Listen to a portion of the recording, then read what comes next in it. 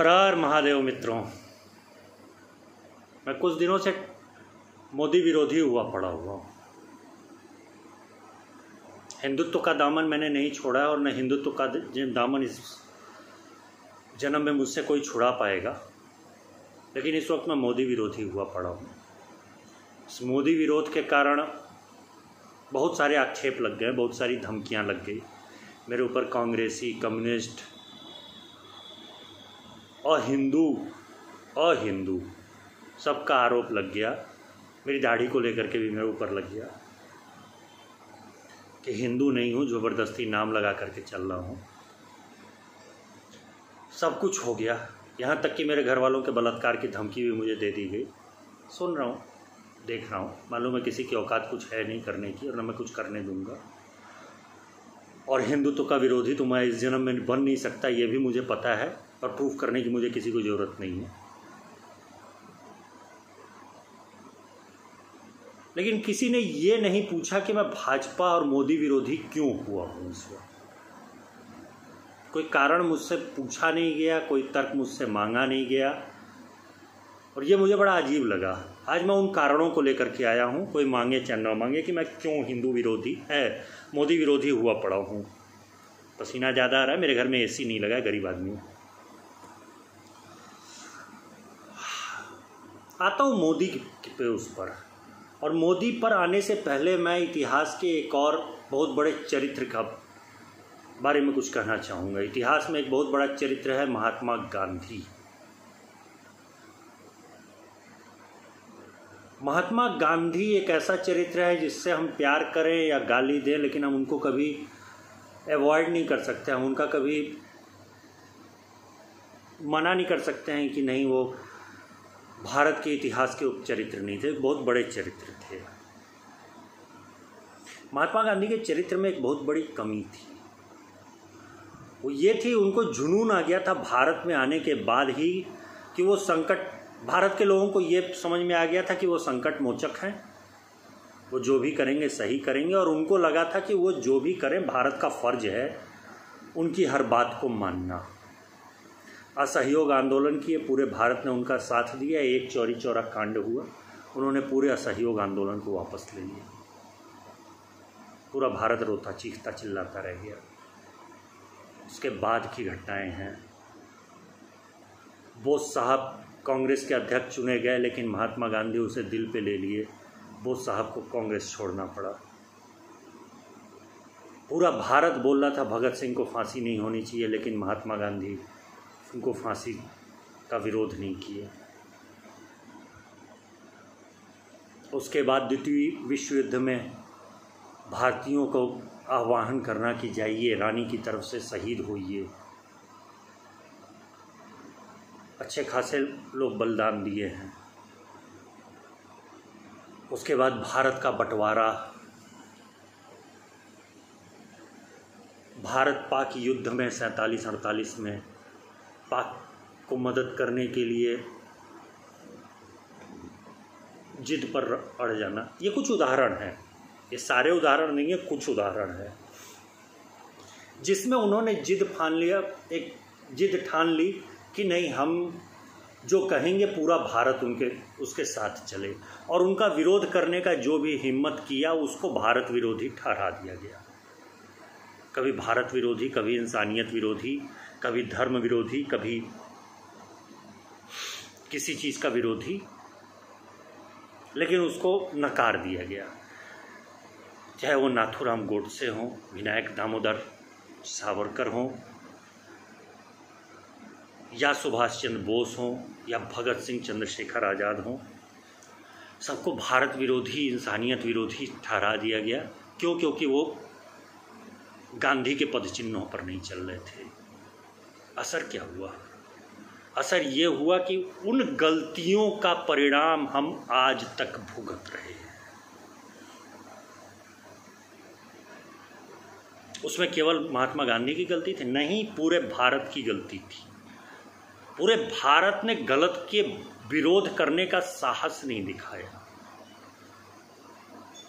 वो एक व्यक्ति जिसको संकट मोचक मानकर बैठा हुआ था भारत, उसके विरोध के, उसके गलत के, उसके गलतियों का विरोध का साहस नहीं कर पाया भारत। अब भी वही हाल चल रहा है। मोदी की गलतियों का विरोध नहीं हो रहा है। विरोध करने वालों के ऊपर एक अलग ठप्पा लगा दिया जाता है कि नहीं तुम ऐसे हो, तुम वैसे हो, तुम समझ नहीं रहे हो वो क्या कर रहे हैं, वो भगवान के रूप हैं।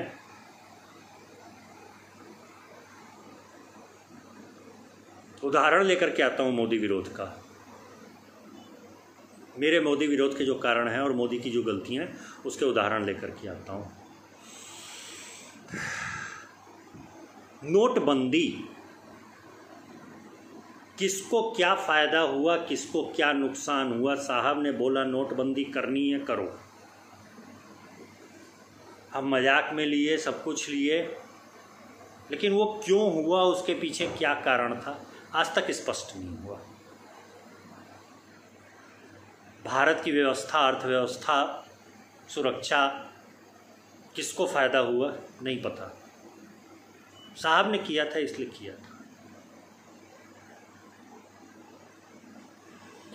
19 में साहब रिकॉर्ड बहुमत से जीते हैं। उसके बाद के निर्णय कुछ अच्छे हुए, कुछ बुरे हुए।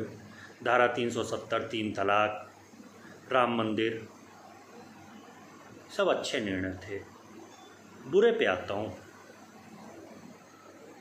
गृह मंत्रालय भाजपा के अंतर्गत आती है, भाजपा के चाणक्य के अंतर्गत आती है, और गृह मंत्रालय के अंतर्गत दिल्ली पुलिस आती है। वो दिल्ली पुलिस जिसके अंतर्गत जामिया और जेएनयू के कांड हुए, वो दिल्ली पुलिस जिसके अंतर्गत शाहीन बाग 50 दिन से ज़्यादा धरने पर बैठा रहा, वो दिल्ली पुलिस जिसके सामने चीख चीख करके लोग और मीडिया चिल्लाते रहे कि निजामुद्दीन में मरकज हो रहा है, वो दिल्ली पुलिस जिसके सामने से मौलाना साद भाग गया, वो दिल्ली पुलिस जिसके सामने दिल्ली का दंगा हुआ और सीबीआई का एक अफसर, आईबी का एक अफसर मार दिया गया, वो दिल्ली पुलिस जिसके सामने लॉकडाउन होते हुए भी डीटीसी बसें चली और डीटीसी बसों में भर भर के लेबर भगा दिए गए, वो आती है भाजपा के चाणक्य के अंतर्गत। और वो निरीह बन के देखती रही, दिल्ली पुलिस इस पूरे कार्यक्रम में निरीह बन करके देखती रही। ये एक उदाहरण अभी दे रहा हूँ। दूसरे उदाहरण पे आता हूँ। लॉकडाउन लगा, ट्रेनें बंद कर दी गई, कोई ट्रेन नहीं चलेगी। हम खाने का सामान देंगे, पीने का सामान देंगे, और खाने पीने के सामान की हालत ये थी कि भारत का सबसे अमीर राज्य, वहाँ से लेबर जा रहे हैं, उप मुख्यमंत्री देख रहा है कि उसके सामने लेबर पैदल जा रहे हैं, तो उप मुख्यमंत्री साधन का जुगाड़ करके लेबरों को बॉर्डर तक छुड़वाता है।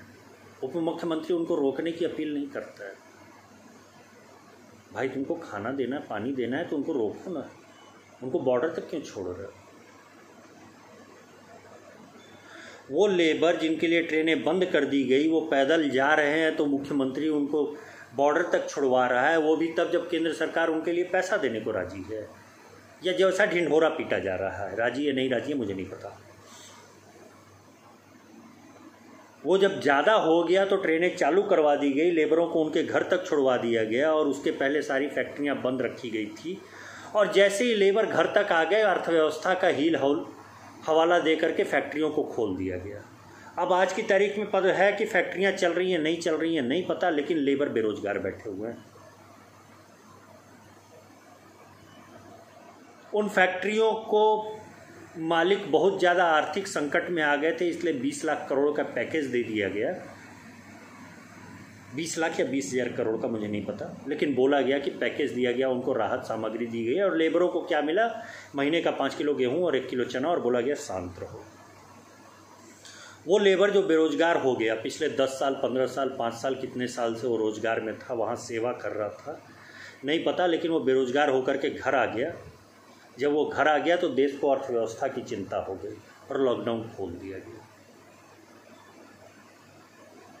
और मुझसे बोला जा रहा है कि साहब का ये निर्णय बहुत दूरगामी है, साहब के इस निर्णय का समर्थन कीजिए। अगर मैं उस लेबर के साथ खड़ा हो जाता हूँ तो मैं कम्युनिस्ट हो गया हूँ। भैया अगर ये निर्णय, ये फैसलों को आप सही ठहरा सकते हैं कहीं से, या आप में कोई, आप इसके अंदर कोई सकारात्मक पहलू खोज पा रहे हैं, लॉकडाउन लगाना फिर लॉकडाउन हटाना, दो में से कोई एक ही सकारात्मक था, दोनों सकारात्मक नहीं थे। अगर इन दोनों में सकारात्मकता आप खोज पा रहे हैं तो माफ़ कीजिएगा भैया, आप बहुत बुद्धिमान हैं, मैं बहुत बड़ा मूर्ख हूँ, मुझे मूर्ख रहने दीजिए। बस एक बार मुझे साबित कर दीजिए कि मैं मूर्ख हूँ।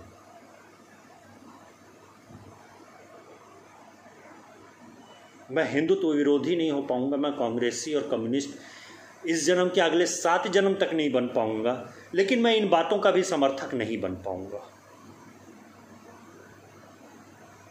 आपको मेरे ऊपर आरोप लगाना है, मेरे को धमकी देनी है, जो करना कीजिए, लेकिन मैं इन बातों का समर्थक नहीं हो सकता। हर हर महादेव।